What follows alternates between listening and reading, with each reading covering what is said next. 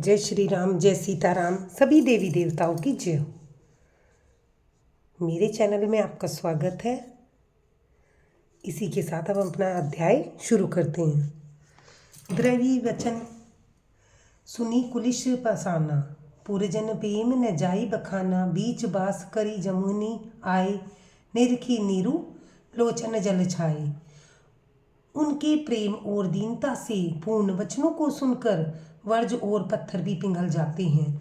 अयोध्यावासियों को प्रेम कहते नहीं बनता। बीच में निवास मुकाम करके भरत जी यमुना जी के तट पर आए।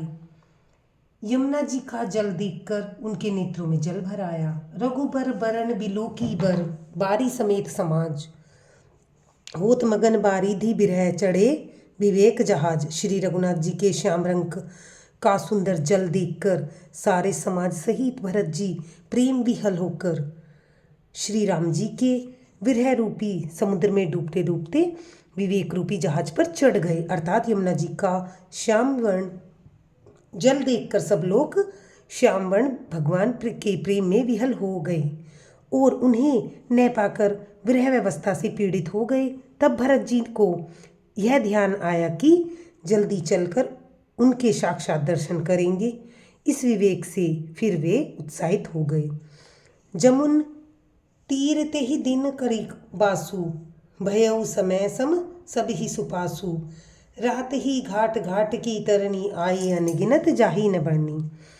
उस दिन यमुना के किनारे निवास किया। समयानुसार सबके लिए खान पान आदि की सुंदर व्यवस्था हुई। निषाद राज का संकेत पाकर रात ही रात और घाट घाट की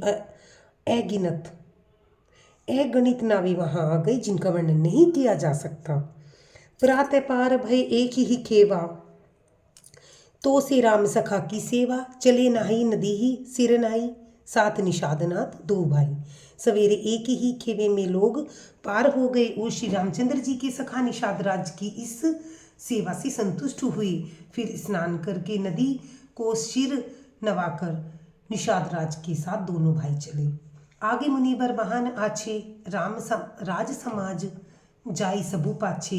ते ही पाछे दो बंधु पयादे, भूषण भशन वेश सूठी सादे। आगे अच्छी अच्छी सवारियों पर श्रेष्ठ मुनि हैं, उनके पीछे सारा राज समाज चल रहा है। उनके पीछे दोनों भाई बहुत सादे वस्त्र और वेश में पैदल चल रहे हैं। सेवक सुहृदय सचिव सुत साथा, सुमिरत लखनु सिय रघुनाथा। जय जय राम बास विश्रामा, तह तह कर ही सह प्रेम परनामा। सेवक मित्र और मंत्री के पुत्र उनके साथ हैं। लक्ष्मण सीता जी और श्री रघुनाथ जी का स्मरण करते जा रहे हैं। जहाँ जहाँ श्री राम जी के निवास और विश्राम किया था, वहाँ वहाँ वे प्रेम सहित प्रणाम करते हैं। मगबासी नर नारी सुनी, धाम काम तजी धाई। देखी स्वरूप स्नेह शब, मुदित जन्म फल पाई।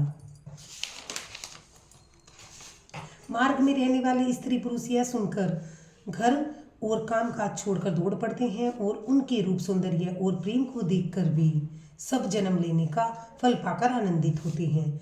कहीं सह प्रेम एक एक पाही, राम लखनु सखी होई की नई। बेह बपू बरन रपू सोई आली, सीलू स्नेह सरिस समचाली। गांव की स्त्रियां एक दूसरी से प्रेम पूर्वक कहती हैं, हे सखी, हे राम लक्ष्मण है, ये राम लक्ष्मण है कि नहीं। हे सखी, इनकी अवस्था शरीर और रंग रूप तो वही है। शील स्नेह उन्हीं के शहद रस हैं और चाल भी उन्हीं के समान है। भेसु न सो सखी सिए न संगा, आगे अनी चली चतुरंगा। नहीं प्रसन्न मुख मानस खेदा, सखी संदेहु होई ए भेदा। परंतु हे सखी, इनका न तो वह भेष वत्कल वस्त्रधारी मुनि भेष है, न सीता ही संग है, न ही इनके आगे चतुरांगनी सेना चल रही है और इनके मुख प्रसन्न नहीं है। इनके मन में खेद है। हे सखी, इसी भेद का कारण संदेह होता है। ताशु तरक तिय गन मन मानी, कही सकल ते ही सम न ज्ञात स्यानी।